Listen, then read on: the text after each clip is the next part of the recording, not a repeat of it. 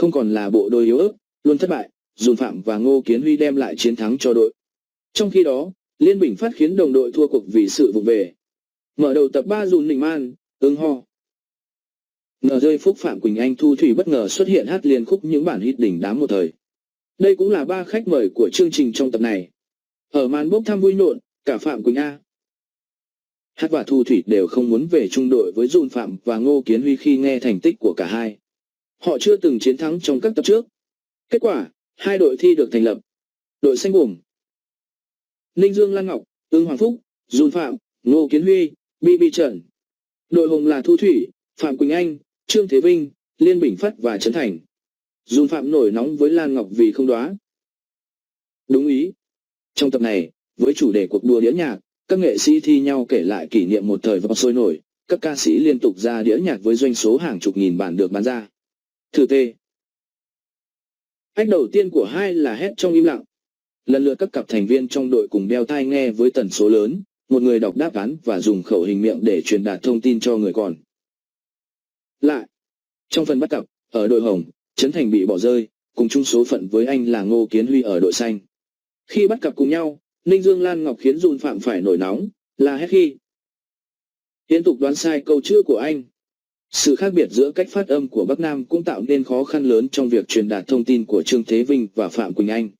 Trong khi đó, Trấn TH nhờ cùng Thu Thủy thể hiện khả năng đoán ý đồng đội xuất sắc, giúp đội hồng chiến thắng.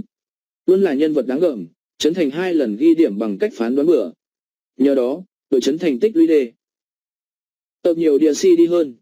Là trò chơi đơn giản, quen thuộc nhưng thử thách này vẫn đem đến nhiều tiếng cười cho khán giả nhờ những tình huống ông nói gà, bà nói vịt của các nghệ sĩ.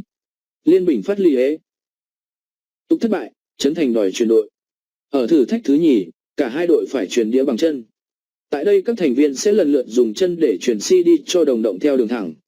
Đội mang về số lượng đĩa nhiều nhất sẽ giành chiến thắng.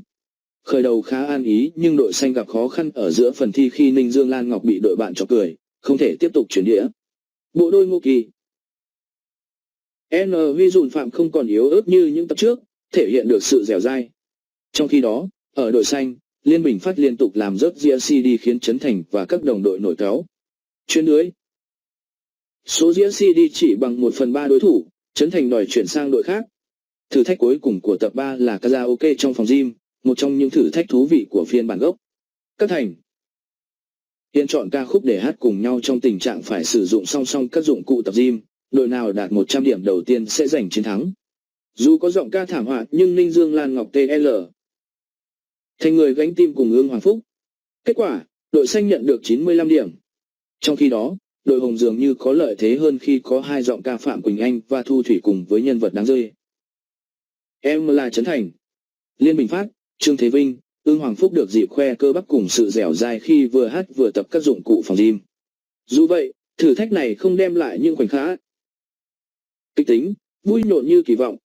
Vì nội dung các thử thách quá dài nên tập phát sóng kết thúc ở đoạn cao trào, khi đang công bố kết quả điểm số của hai đội. Phần xé bảng tên đặc trưng quyết định độ thắng cuộc chưa được lên sóng gây hụt hẫng.